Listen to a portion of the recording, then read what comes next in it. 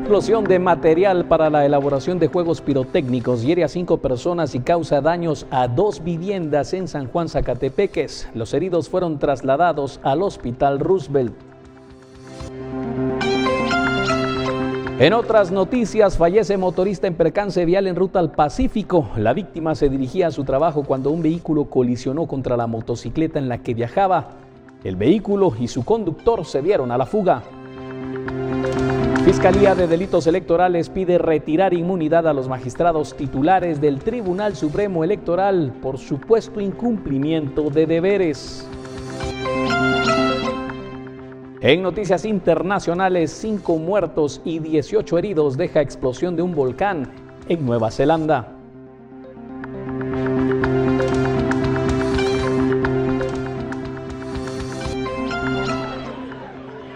Y al menos 40 personas mueren en un incendio en una fábrica que se originó en Nueva Delhi.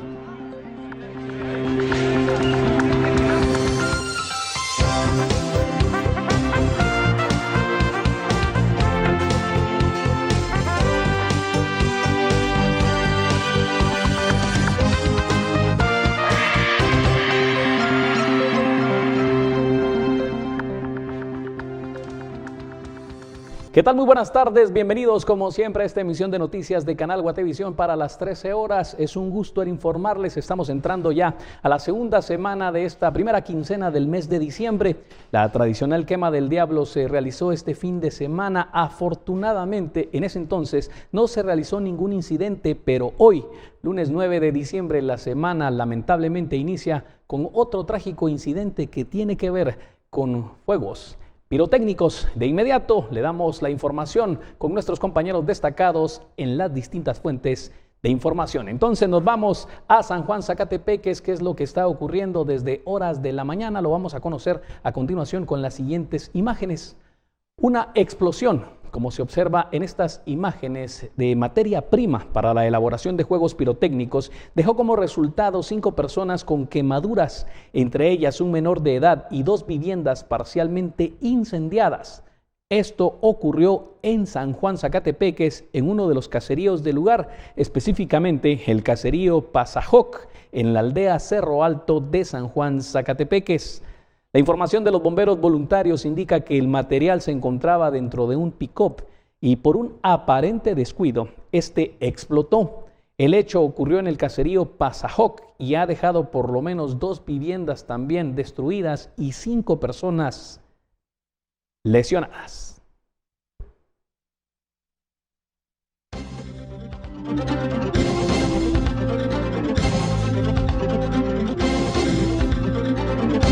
Nos trasladamos con nuestros compañeros periodistas destacados en este caserío Pasajoc en San Juan, Zacatepeques. Allí se encuentra nuestro compañero Edwin Pitán, que nos va a ampliar esta información.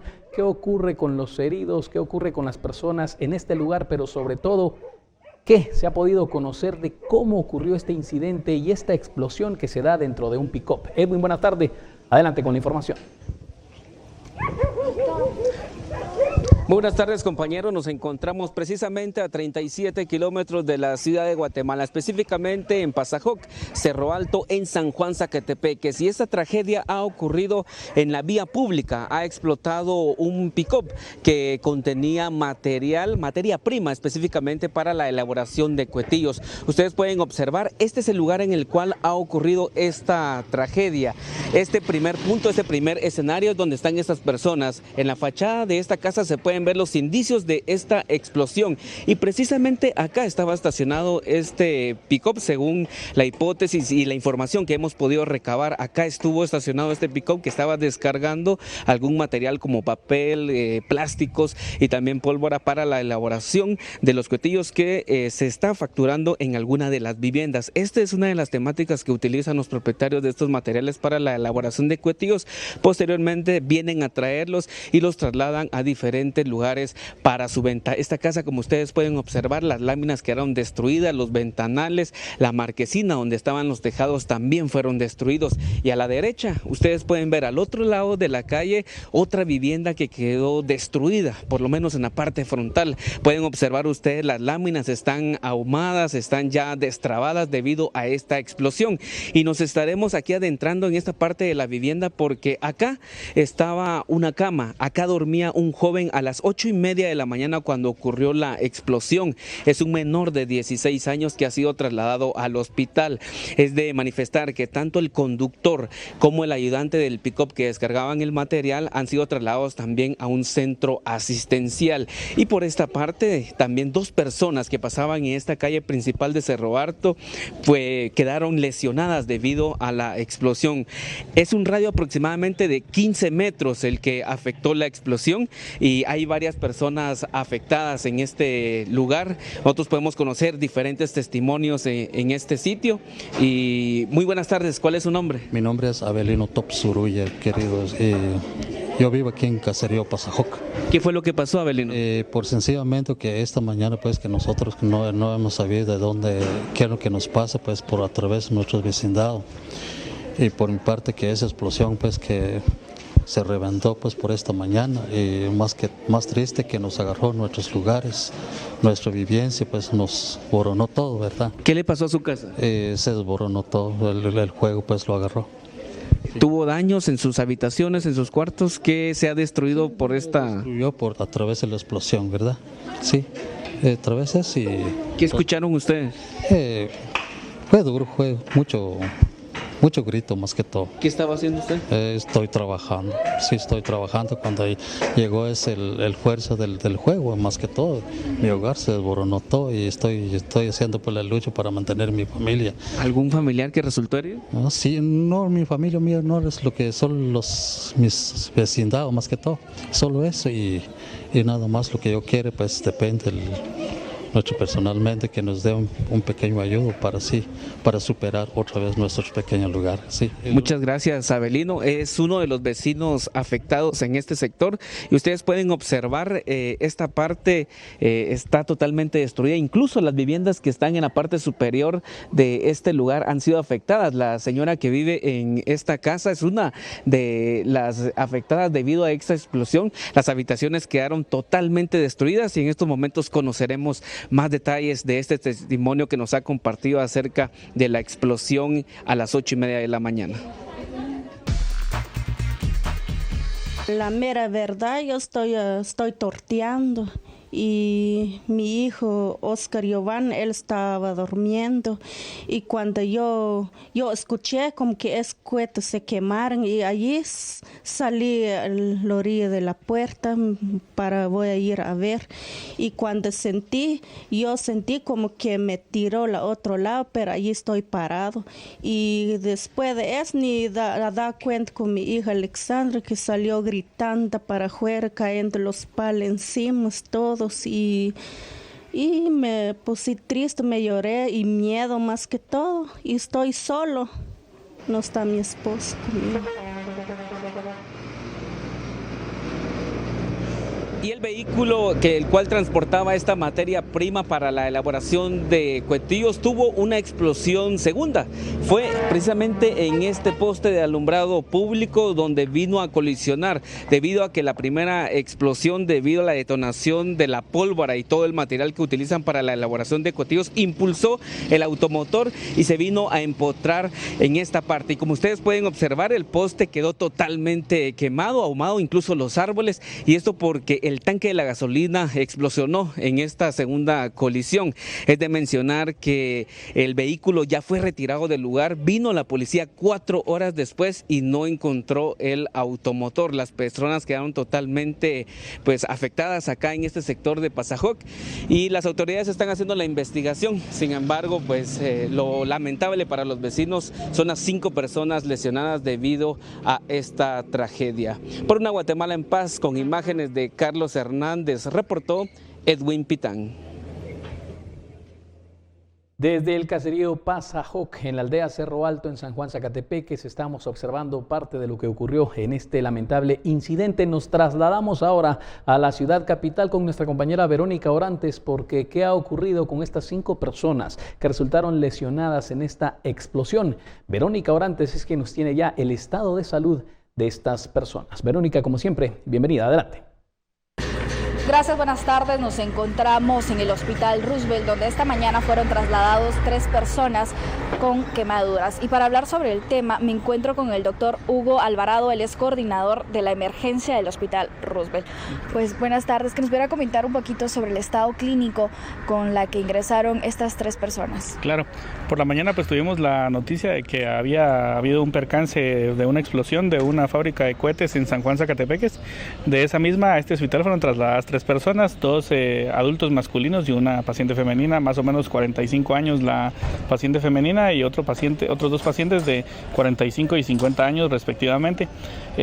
Uno de estos pacientes masculinos pues se encuentra en estado crítico, tiene quemaduras de más o menos 40% de superficie corporal, pero las lesiones sobreagregadas que tiene pues son bastante considerables. Tiene un trauma craneoencefálico de 3er grado y pues él se encuentra bajo respiración asistida en un área de shock, se le llama, donde se le pueden dar los cuidados pertinentes, etcétera, tanto para el trauma de cráneo como para el proceso de las quemaduras. Luego el otro paciente masculino pues también tuvo unas quemaduras de 14% de superficie corporal total. Él además tiene una fractura de tibia del lado derecho y pues él se encuentra estable, él está consciente, también a la espera de poder ser tratado por la fractura y las quemaduras. Y por último fue trasladada una paciente femenina de más o menos 45 años. Ella es la más estable de todas. Aparentemente el señor de la fractura y la señora eran transeúntes que iban pasando por fuera del edificio donde se fabricaban los cohetes cuando la explosión sucedió y pues sufrieron parte de las lesiones por la explosión, no directamente dentro de la cohetería, sino a los alrededores. En este caso, ¿estamos hablando de quemaduras de 1er grado, 2º grado? Sí, de hecho, las quemaduras del paciente que se encuentra en estado crítico son quemaduras de 2º grado superficial, al igual que el paciente del 14%. La señora tiene lesiones varias que son más secundarias a las esquirlas que fueron lanzadas de la explosión que de otra cosa. En este caso, solo la persona que está ahorita en este estado de shock es el que está o el que iba en el pick-up nada más. Pues aparentemente, de hecho, no iban en un vehículo, sino que las 2 personas que no están graves iban caminando cerca del edificio y la otra persona estaba dentro del edificio donde sucedió la explosión. Es la información que se nos brindó a nosotros al ingreso. Muchísimas gracias, doctor, por esta entrevista y este espacio. Sabemos que tiene bastante que hacer. Pues esta es la información que tenemos hasta el momento y pues regresamos con ustedes al set, compañeros, para llevarle más información a ustedes en nuestros noticieros de las 6 y 9 de la noche. Soy Verónica Orantes, me acompaña en cámara Miriam Figueroa. 13:13. Continuamos con más información. Otros hechos que han ocurrido este lunes 9 de diciembre. Un motorista falleció en el kilómetro 19.2 de la ruta al Pacífico, según lo dio a conocer Dalia Santos, vocera de la Policía Municipal de Tránsito de Villanueva. El hecho se registró en uno de los carriles con dirección a la ciudad de Guatemala. El piloto fue identificado como Danilo José Méndez Jiménez, quien vivía en Palines Quinta y se dirigía a su trabajo cuando un vehículo lo atropelló. Según las autoridades, el responsable de este hecho se dio a la fuga.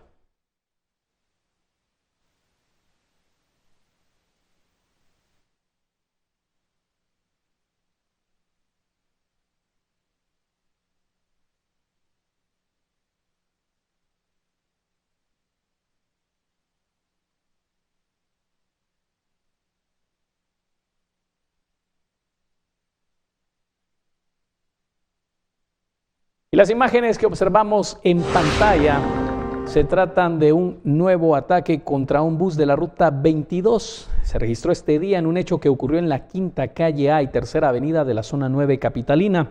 Al lugar llegaron bomberos voluntarios, quienes señalaron que no hubo ningún herido, pero fue necesaria la presencia de las autoridades del Ministerio Público y la Policía Nacional Civil, debido a que el bus quedó con varios impactos de bala. Los ataques contra la ruta 22, que recorre de la colonia El Milagro, zona 6 de Misco, a la capital, se han incrementado lamentablemente. La semana pasada, un chofer y un piloto de esa ruta fueron heridos por negarse a pagar la cuota de la extorsión, una cuota que están llamando la cuota del aguinaldo.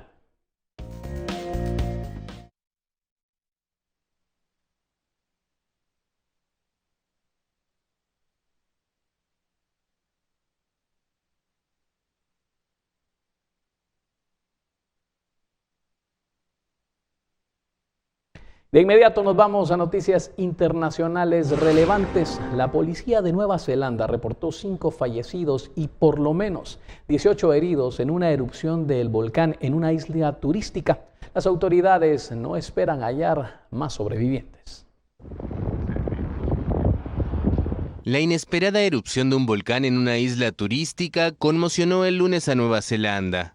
Según la policía, medio centenar de personas visitaban White Island cuando se produjo la erupción, poco después del mediodía. Esto formó una espesa columna de ceniza de más de 3,5 kilómetros. Unas 23 personas fueron rescatadas, 5 de las cuales murieron, mientras que las otras eran atendidas por heridas. La policía neozelandesa indicó que no esperaba rescatar más supervivientes de la isla. Según la agencia gubernamental Geonet, se trata del volcán con más actividad del archipiélago neozelandés. Ha registrado erupciones frecuentes en los últimos 50 años, y la última de ellas fue en 2016. Unos 10,000 turistas lo visitan cada año, ataviados con cascos de seguridad y mascarillas de gas. Este año se trasladó un contenedor de casi 2,5 toneladas hasta la isla para que fuera usado como refugio en caso de erupción. Y seguimos con más noticias internacionales porque más de 40 personas murieron en un incendio de una fábrica que ocurrió en Nueva Delhi, en la India. Un incendio en una fábrica de Nueva Delhi cobró la vida de más de 40 personas. Las víctimas son empleados que dormían en el lugar mientras el fuego dio inicio a primera hora de la mañana en Sadar Bazar, un barrio antiguo y sobrepoblado de la capital. Se trata del peor incendio ocurrido en la ciudad desde 1997. Mi sobrino llamó a su padre esta mañana y dijo, por favor sálvame, hay fuego en el edificio y no puedo salir. La última llamada fue a las 5:30 de la madrugada. Después el teléfono siguió sonando y no pudimos contactarlo. Y después venimos y lo encontramos. Acaban de traer un cuerpo, el otro sigue adentro. El edificio albergaba varias unidades de producción en las que se fabricaban mochilas escolares y material de embalaje, lo que agravó el incendio. Las operaciones de rescate fueron un reto. Primero, porque estaba congestionado. Y segundo, porque había mucho humo por el plástico quemado dentro, lo que dificultó realizar los rescates. Aún se desconocen las causas del siniestro, pero la agencia Press Trust of India afirmó que el lugar no respetaba las normas antiincendios. La policía y los bomberos afirmaron que al menos 58 personas habían sido rescatadas. En numerosas ciudades indias, las fábricas y talleres se sitúan en barrios antiguos y modestos donde los alquileres tienen precios asequibles. Varios allegados de las víctimas afirmaron a la AFP que la mayoría de los obreros eran migrantes provenientes del estado indio de Bihar, una de las regiones más pobres del país.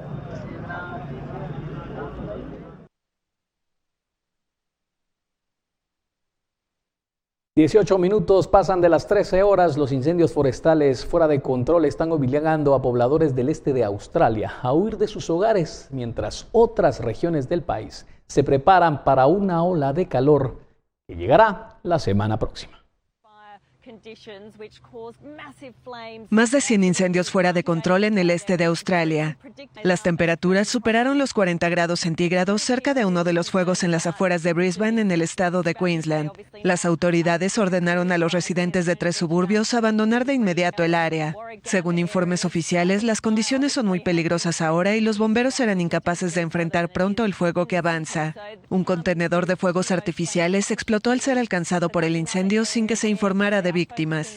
Al norte de Sydney se formó también un megafuego por la combinación de varios incendios. Ahora ya se encuentra bajo control, pero continuaba ardiendo en unas 250,000 hectáreas. La ciudad se ha visto envuelta desde hace semanas en una espesa capa de humo tóxico. Pero los científicos dicen que los de esta temporada han comenzado más temprano de lo habitual y con más intensidad a raíz de la prolongada sequía y las condiciones climáticas creadas por el calentamiento global. Desde septiembre, más de 600 hogares fueron destruidos y 6 personas murieron.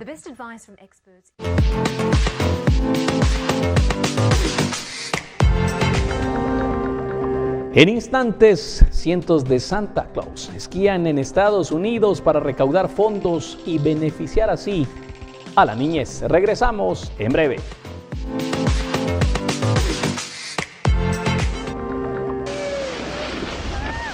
Continuamos con más información y lo hacemos con estas imágenes aprovechando la temporada navideña. Cientos de esquiadores se han disfrazado de Santa Claus para descender por las laderas del complejo conocido como Sunday River, esto en Newbury, en Estados Unidos. Todo por una buena causa, un evento que produjo una verdadera mancha roja de esquiadores y practicantes de snowboard. Ellos corrieron a través de la nieve tratando de hacerlo cuesta abajo sin caerse o chocar entre sí.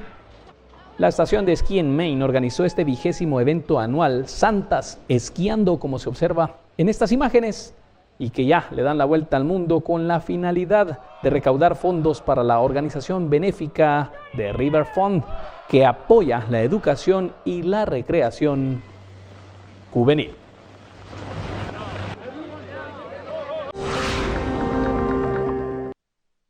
Y de Estados Unidos nos vamos a Guadalajara, en México, donde cientos de personas también se disfrazaron del emblemático hombre de rojo tradicional para esta época, para correr en la segunda edición de Run Santa Run de Guadalajara.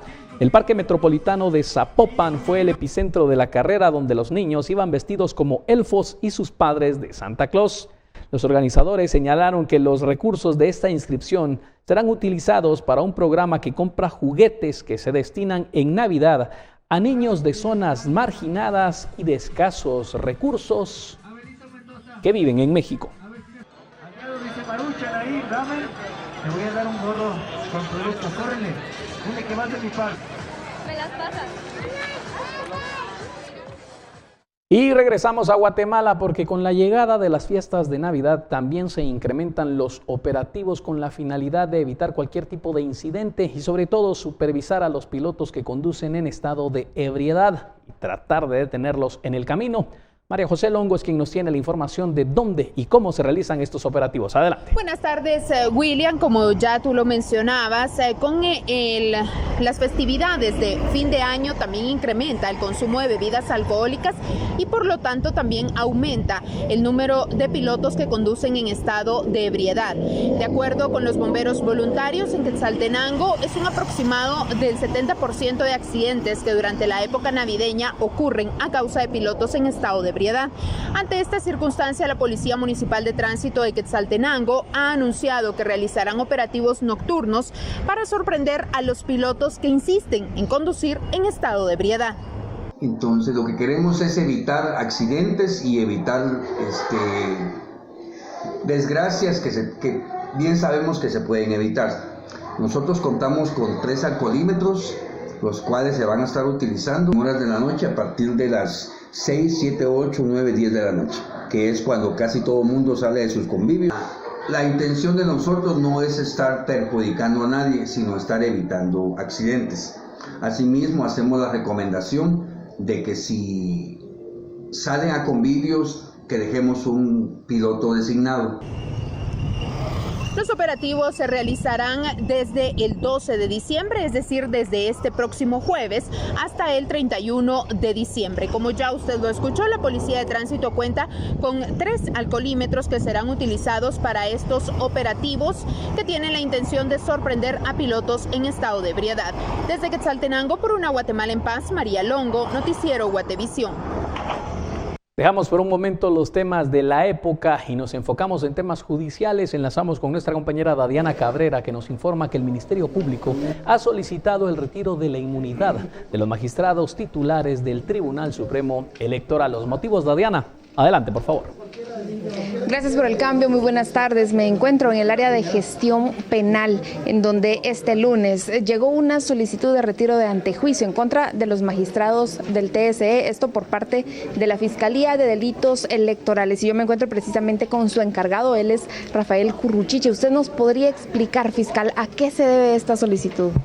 Bueno, la Fiscalía, luego de hacer una investigación objetiva e imparcial, encontró indicios que sustentan que los magistrados titulares del Tribunal Supremo Electoral pudieron haber cometido el delito de incumplimiento de deberes. En concreto, el hecho es de que en el año 2017, el entonces encargado de dicha unidad de la Dirección de Informática solicitó a los magistrados del Tribunal Supremo Electoral la creación de una unidad de delitos que se encargara de analizar, digitalizar los resultados del Tribunal Supremo Electoral con 2 años de anticipación, sobre todo el evento electoral del año 2019, y los honorables magistrados en el ejercicio de su cargo omitieron y no aprobaron, no autorizaron y no crearon la unidad de sistemas de delitos y acciones electorales en la propia Dirección de Informática.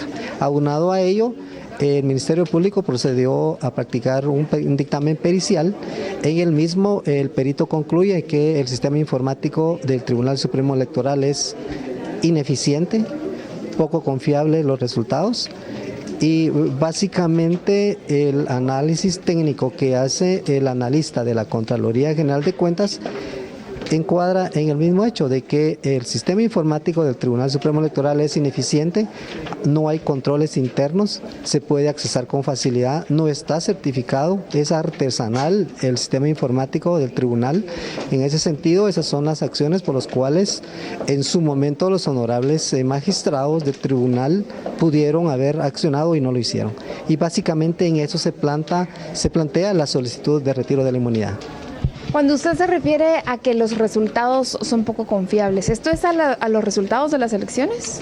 Así es, en el marco del evento electoral. Sin embargo, aquí quiero yo dejar algo claro, es que la adjudicación de cargos la realizan las juntas electorales departamentales, y por eso entiendo yo que hubo cierta demora, porque del día 16 de junio hasta finales del mes de septiembre, las juntas electorales departamentales estaban aún adjudicando cargos.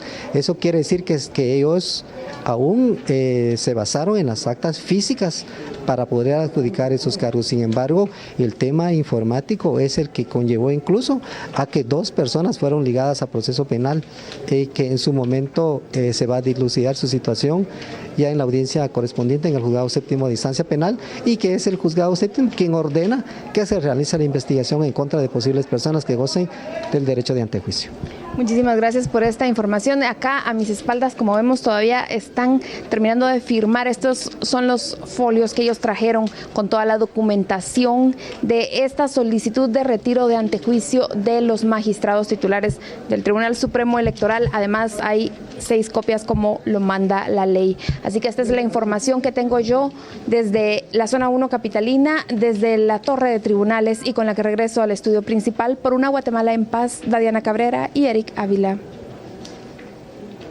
Gracias, Dadiana, por este informe, pero hay distintas reacciones a raíz de esta solicitud en el retiro de la inmunidad de los magistrados del Tribunal Supremo Electoral. Por eso vamos a enlazar ahora con nuestra compañera Dulce Rivera, que ya ha hecho ese recorrido y ha recabado cuál ha sido la postura al darse a conocer esta solicitud en el retiro de la inmunidad de los magistrados del Tribunal Supremo Electoral. Dulce, bienvenida, adelante con estas reacciones. ¿Qué tal, William? Muy buenas tardes. Estamos en el Tribunal Supremo Electoral porque hemos venido a preguntar acerca de la reacción de los magistrados del Tribunal Supremo Electoral por la solicitud de antejuicio que se presentó hoy por parte del Ministerio Público. El vocero del TSE, Luis Gerardo Ramírez, aseguró que por el momento los magistrados no han externado alguna opinión, pero recordó que durante todo el tiempo colaboraron con la investigación del Ministerio Público. Además, aseguró que los resultados electorales electorales son respaldados por los guatemaltecos que integraron las juntas receptoras de votos. Hasta el momento el Pleno de Magistrados no se ha pronunciado respecto a este tema. Lo que sí es importante mencionar y recalcar es que el Tribunal Supremo Electoral, el Pleno de Magistrados, es respetuoso de todos los procesos y naturalmente en su momento pues ellos estarán dando información y también colaborando cuando se necesite. Bueno, es importante mencionar que los resultados están garantizados por los guatemaltecos que integraron las juntas receptoras de votos. Naturalmente se encuentran la respectiva documentación que respalda estos resultados. Recordemos que los datos preliminares eran los que aparecían en este caso en el sistema informático, no eran los datos finales, que reiteramos, estos fueron los que los guatemaltecos avalaron y a los cuales respetó el Tribunal Supremo Electoral durante todo el proceso electoral. También conversamos con diputados quienes aseguraron que siempre hubo duda acerca del resultado electoral precisamente por esas fallas en el sistema electrónico. Además, creen que el Ministerio Público presenta esta acción de manera tardía. Nosotros en lo que es la primera vuelta de las elecciones 2019, todos los guatemaltecos pudimos observar que el software cometió un error en cuanto a que duplicó ciertos resultados. Entendemos que el Tribunal Supremo Electoral enmendó procedimiento y transparentó esas acciones con las medidas que tomó de manera manual, logrando corregir de manera efectiva y con el acompañamiento del procedimiento que da la ley electoral y de partidos políticos y la presencia de los fiscales generales de cada uno de los partidos, logró corregir esta información y cuadrar los datos en cuanto a lo que establece la ley electoral y de partidos políticos en cuanto a las actas. Lo habíamos dicho como organización política que el Tribunal Supremo Electoral debería haber garantizado un evento electoral transparente con todos los elementos que ellos tenían. Definitivamente es a esta época, en el tiempo que ha transcurrido, ellos estaban haciendo una revisión incluso de actas, que no había habido cumplimiento por parte del Tribunal Supremo Electoral, que hubo toda una denuncia a nivel de los partidos políticos, y es lamentable que hasta hoy también el Ministerio Público esté presentando esta denuncia cuando debió haber sido días anteriores. Hay que recordar que por las dudas generadas al software del Tribunal Supremo Electoral para la transmisión de resultados electorales, los fiscales de ese momento de los partidos políticos empezaron a contabilizar nuevamente las actas. En algunos de los casos ellos aseguraron que habían anomalías en los cuales los datos pues no coincidían. Por una Guatemala en paz, Dulce Rivera y Noé Medina. De inmediato vamos a otra información. Diputados de la bancada Unidad Nacional de la Esperanza presentaron un amparo en la Corte de Constitucionalidad. ¿Con qué fin? Tratar de dejar sin efecto el aumento a la tarifa de la energía eléctrica. Se va a presentar un amparo ante la Corte de Constitucionalidad específicamente contra las resoluciones que ha realizado la Comisión Nacional de Energía Eléctrica de manera anómala. La Comisión Nacional de Energía Eléctrica modificó, violando la Ley General de Electricidad, modificó el valor agregado de distribución en sus resoluciones 220 y 219.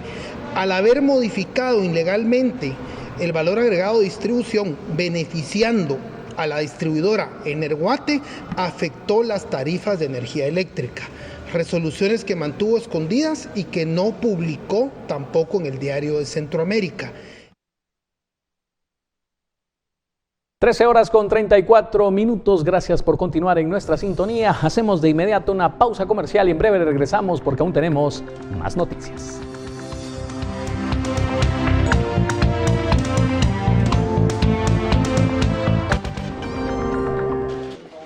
Seguimos con más información. El Parque Zoológico de Berlín presentó a sus dos nuevas estrellas, los dos primeros pandas gemelos nacidos en Alemania, esto a finales de agosto, y que serían llamados Mengyuan y Menxian, como reza la tradición china. Los dos mamíferos, dos machos, fueron bautizados 100 días después de su nacimiento y fueron presentados a la prensa por el alcalde de Berlín y el embajador chino. Menxian, que significa sueño deseado, y Mengyuan, que significa sueño cumplido, nacieron el 31 de agosto en el zoológico tras una inseminación artificial para aumentar las posibilidades de fecundación. Ambos pesan casi 6 kilos cada uno y se han convertido en la sensación del zoológico de Berlín.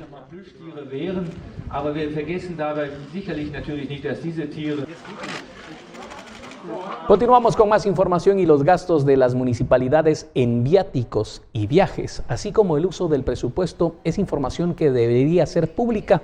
Sin embargo, todavía no se cumple con esta obligación, según un informe brindado por la Procuraduría de los Derechos Humanos y a quien tuvo acceso Andrea Orozco. Adelante. ¿Qué tal? Muy buenas tardes. A pesar de que la Ley de Acceso a la Información Pública obliga a que todas las entidades del Estado hagan pública información de interés de la población, que sería información de oficio, 40 de las 340 municipalidades todavía no cumplen con esto.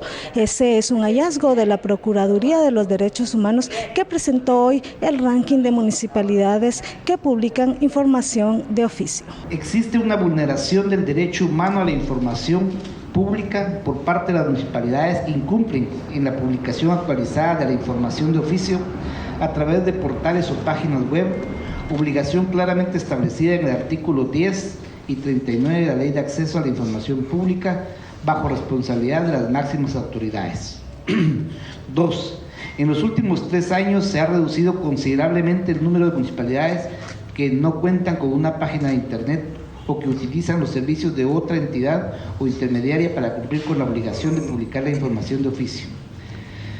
Entre 2014 y 2019, el número de municipalidades sin página de internet se redujo de 179 a 27 municipalidades. A pesar de que son 300 las municipalidades que sí cumplen con hacer pública información de oficio, no todo es tan bueno, porque estas municipalidades solo cumplen con publicar el 40% de la información de la que están obligadas. Por eso la PDH abrió expedientes a estas municipalidades para que corrijan esto.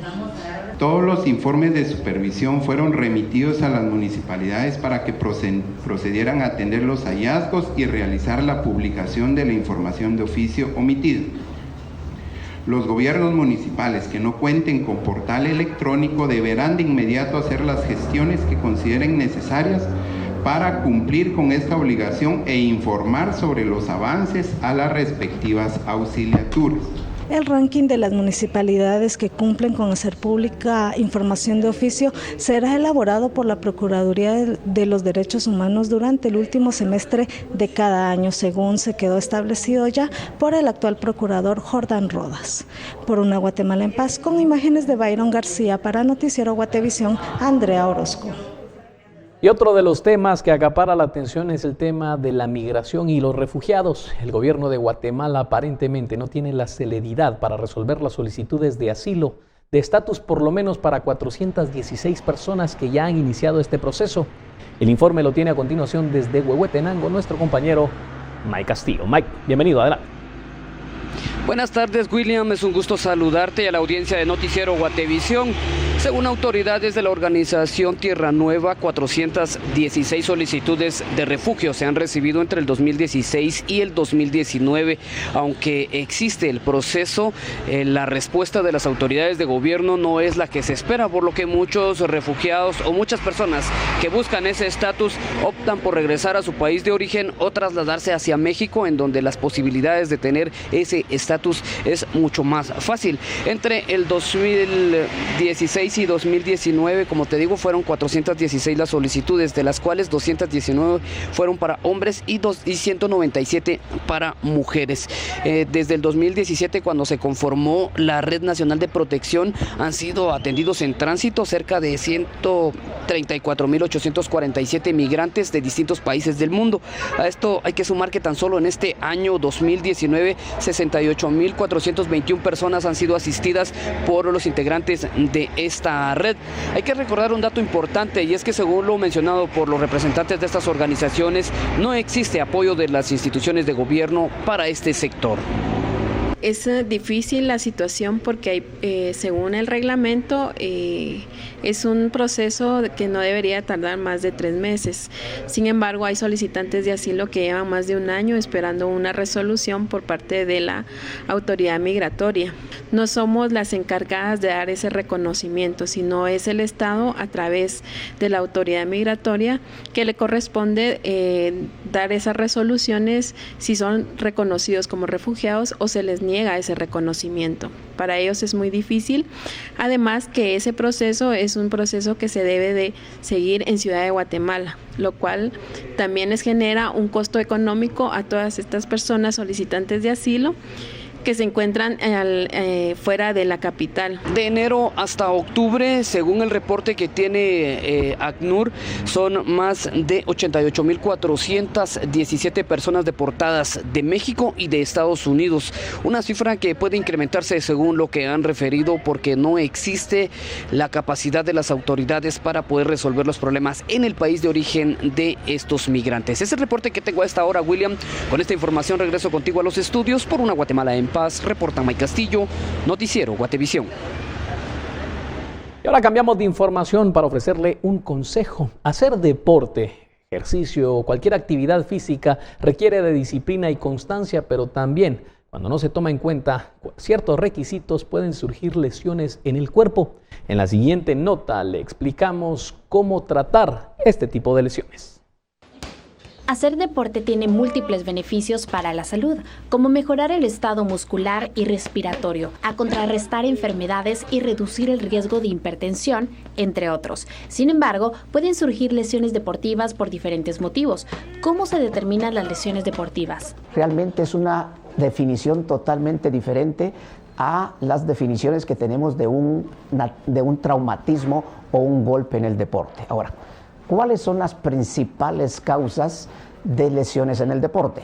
Se han indicado 3 principales causas. En primer lugar, de tipo traumático, luego biomecánico y por sobreuso o estrés. El especialista agrega que de tipo traumática se produce por un golpe directo o indirecto. Esto quiere decir que si alguna persona cae con la mano, sin embargo, la lesión surge en el codo u hombro. Lesiones por causas biomecánicas son por una alteración propia del organismo. Por ejemplo, simetrías en miembros inferiores, que hace susceptible a un individuo a padecer más de una lesión que otra. Y por último, por sobreuso o estrés. Cuando una persona siente molestia al realizar ejercicio, pero no le da el énfasis o la atención adecuada. La mayoría, y se ha determinado que el 96% de las lesiones del deporte no necesitan cirugía, sino que deben ser tratadas conservadoramente.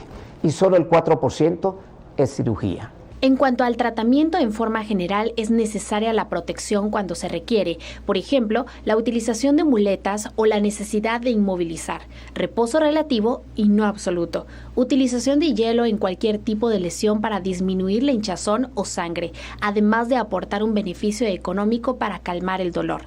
El vendaje adecuado puede ayudar a disminuir el tiempo de recuperación y, por último, elevar la parte afectada para mejorar el drenaje linfático. De esta manera, ayudaremos al proceso inflamatorio y mejoraremos muchísimo, comenta el especialista en medicina deportiva.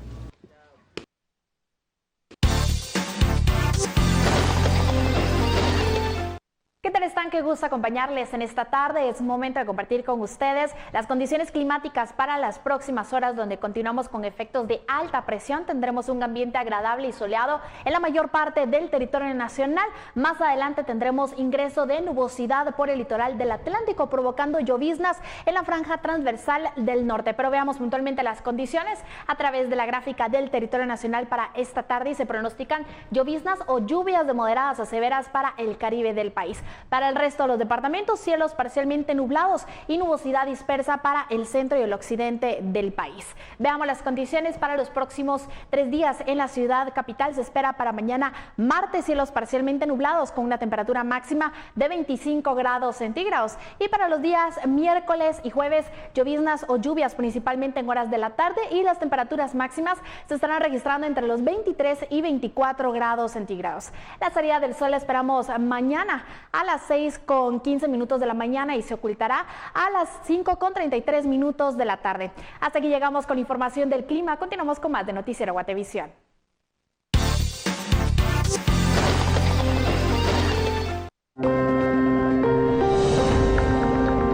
Y al volver le informamos que los Globos de Oro anuncian a los nominados para edición 2020.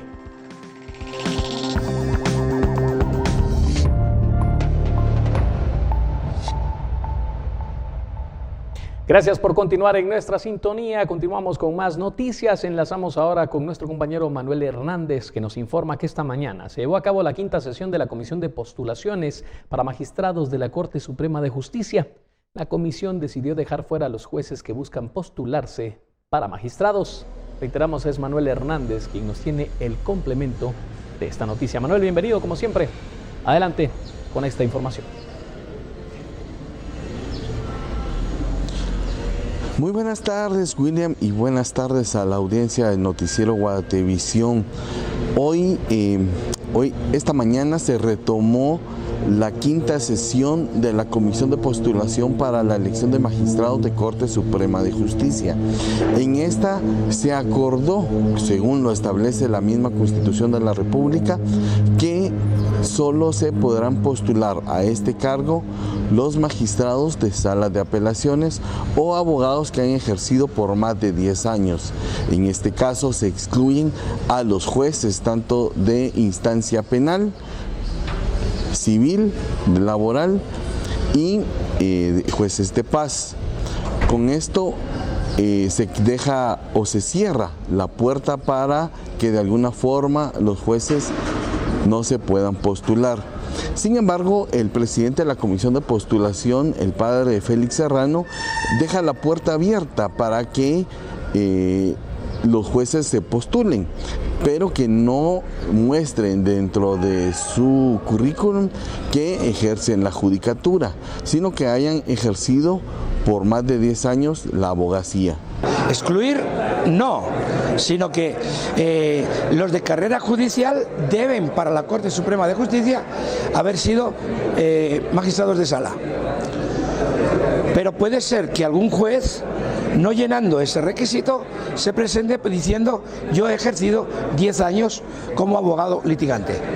Y bajo esa óptica estoy. Durante la sesión también se establecieron cuáles son los requisitos formales que deberán de presentar los aspirantes a magistrados de Corte Suprema de Justicia, entre los cuales se encuentran ser mayor de 40 años, ser magistrado de sala de apelaciones o ser abogado por más de 10 años.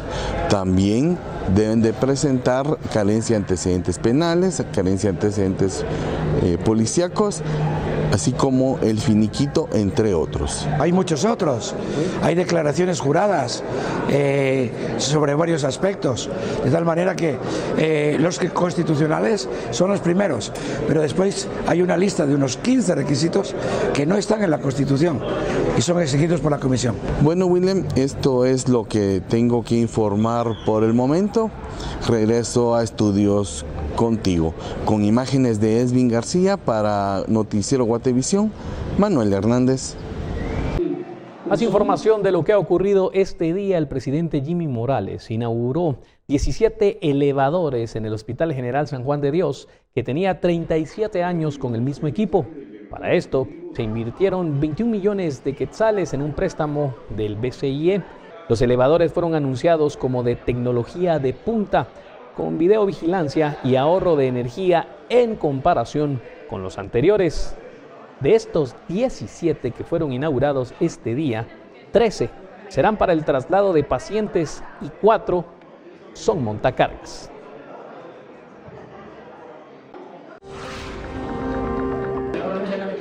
Vamos a más información. Continuó la audiencia de primera declaración del caso conocido como Arca, donde 5 imputados escucharon a fiscales del Ministerio Público mientras relataban los hechos por los que se les señala de haber desviado dinero de un banco para financiar la campaña electoral del Partido Patriota en el año 2011. El expediente, denominado como caso Arca, involucra a congresistas, exfuncionarios y representantes de la entidad bancaria. Al menos 26.1 millones de quetzales fueron sustraídos del banco por parte del dinero que fue desviado por medio de la entidad Estrategia e Inversiones Arca S.A. De allí el nombre como se denomina a este caso, el caso judicial conocido como Arca.